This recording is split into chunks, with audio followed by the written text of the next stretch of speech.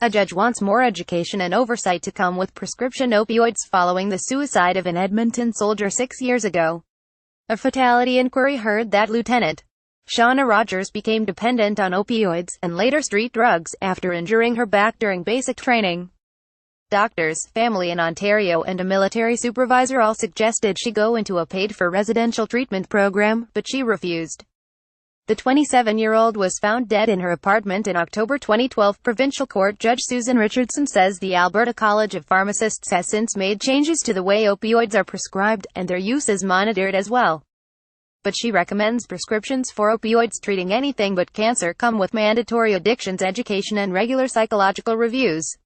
She further suggests pharmacists encourage patients to return unused medications and require all medical information to go through a patient navigator, who can offer family and social supports. There is no ability to force someone into treatment, Richardson wrote in her report released Tuesday, although family and medical professionals were suggesting that Shauna could benefit from residential treatment, and the Canadian Forces would make that option available to her. Shauna saw drug treatment as imperiling her career. Increasingly potent painkillers. The judge said Rogers initially sought various forms of help for her back.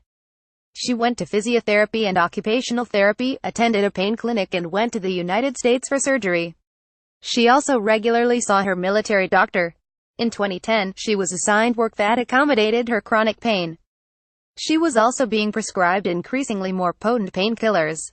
Months before she died, she saw a psychologist and a psychiatrist for depression. Shauna did not want to be using narcotics. She tried to wean herself off them more than once, and was unsuccessful, said Richardson. The judge described Rogers as intelligent, strong and ambitious, qualities that made it difficult for her to seek treatment for her addiction. She wanted to manage it on her own. Richardson noted that she has no jurisdiction to make recommendations aimed at the Canadian Forces.